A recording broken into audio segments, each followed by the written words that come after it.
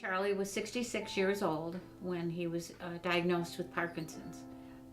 I heard of the disease, experienced it because his father had Parkinson's disease. How it changed my life is that I had to take over and be the, I guess you might say, the man of the house, and that bothered him. He still wanted a job to do around the house. He broke just about every glass in the house because he go, I'll load and unload the dishwasher. I can do that. I can do it. And then he'd break everything. Another favorite thing besides emptying the dishwasher was the fireplace. And he liked to start a fire and keep it going. And he'd leave the door open and sparks would fly. And it became dangerous. And he did burn quite a hole in the carpet. And he loved to drive. And whenever we took a trip, he always did the driving and let me do the riding. Well, he started complaining about the car, that the steering wheel was loose and, oh, we got to get rid of this. Oh, I can't drive this. It keeps pulling to the right. So we went back to a Safari, Chevy Safari, which is not quite a half ton. It's smaller. And he felt he could drive that better. Well, then I was talking with a friend of mine whose husband had Parkinson's, and she said, you're going to begin to notice that they drive to the right all the time. And I go, oh, bingo. Now I know what's wrong with the car. It's not the car, it's Charlie.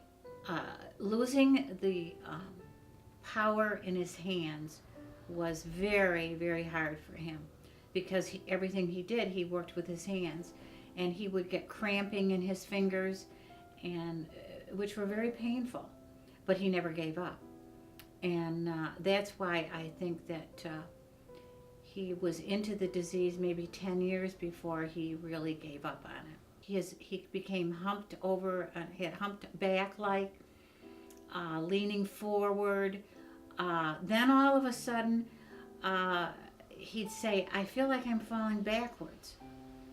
And I would put my hand on his back, and I could feel his body pushing on my back. And I'd say, don't push, you're going to go over backwards. And he'd say, I'm not pushing, but I'm feeling it. That was the Parkinson's. I would notice every 6 months a change in his behavior, a change in his motor skills and his body. He started to lose weight.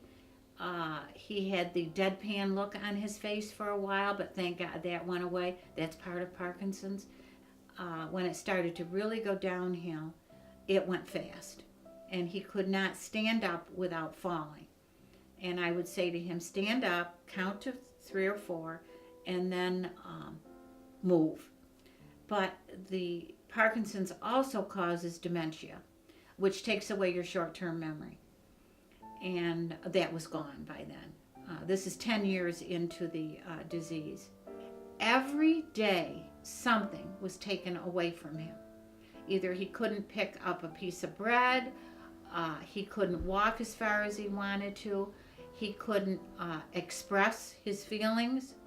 He would try to say something and it wouldn't come out. He'd say, it's up here, but it won't come out here. That was the hardest part. And then towards the end, when he was confined to bed, the voice was gone totally. He couldn't speak. That made me angry that this disease had taken everything away from him. I stayed with him to his very last breath. I don't know how I did it. But I just wanted to. You live with someone 53 years and he's your partner, he's your best friend, he's your lover. He's, when I was sick, he took care of me. You just don't want to leave him. I'm glad that God gave me the strength to do it. I don't know how I did it, but I did.